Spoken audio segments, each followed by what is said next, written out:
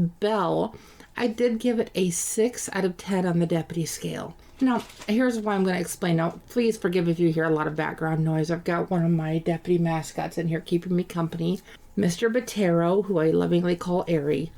But yeah, he is kind of a handful tonight, and he didn't want to let Mommy come in the office, so he's in here with me. But with Belle, it's a young girl named Suzu, and she was really close with her mom, and they would always sing, and they were really happy together. But then when something happened, her mom ended up risking her life to save this other child, and unfortunately lost her life in the process.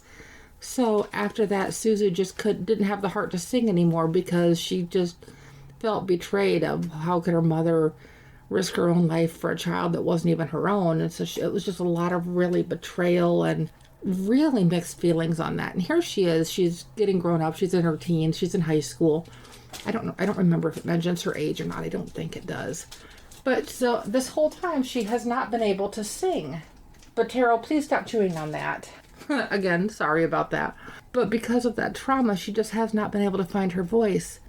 And then the world of U comes along. It's the letter U.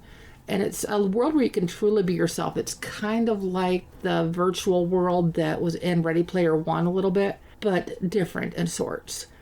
And her character in this U is, the English translation of her name is Belle, with it being Suzu. And so she creates her name Belle in this new universe. And in this universe, she feels free to sing again. She doesn't feel hindered by life and everything that's going on around her.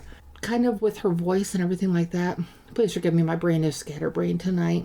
But she ends up really being popular in this U universe. And she gained a lot of popularity to the point that she puts on concerts. And I mean, she's like this huge superstar within this universe, but nobody knows who she is in the real world.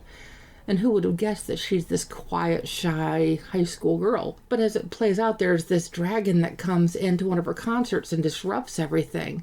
Throughout this whole process, she kind of ends up going back to the castle. She ends up finding him and going to find, and along the way, it very much feels like a little bit of Beauty and the Beast. You'll definitely understand the feel if you watch the movie. And as it all plays out, she understands why this beast is the way he is.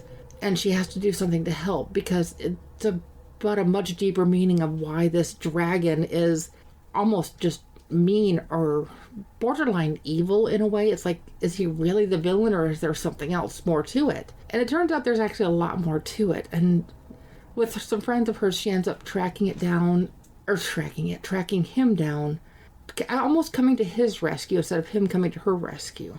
Now, that may sound a little bit confusing, and this movie was a little bit all over the place, but if you were really paying close attention to the details throughout, it really deals with a lot of really tough issues of single parents, losing a parent to a traumatic situation, high school bullies, feeling out of place in high school, the whole thing with stardom and hackers and this virtual universe, and then her relationship with her dad, and she's almost estranged from him, and then this relationship with this person that's represented as this dragon. And that kind of goes down a whole other path of abuse in the home, and it deals with a lot of really tough issues. This definitely is not a movie for the faint of heart. It deals with very difficult issues. I was hoping it was going to be more family friendly. I would definitely recommend it more for late teens or even young adults. This definitely is not the type of story for a young child, even though it is an animation. As an anime movie, it's just not what you would think it would be. And I was almost hoping it was going to kind of go down the path of like Gem and the Holograms a little bit, just because the whole pink hair and the stardom and all that. And it really didn't go down that path really at all with this. What it did do, it was very powerful in what it did. It's difficult to watch and even more difficult to discuss, and not necessarily me discussing it with you, just the whole family interaction discussion that can be difficult when it comes to difficult topics.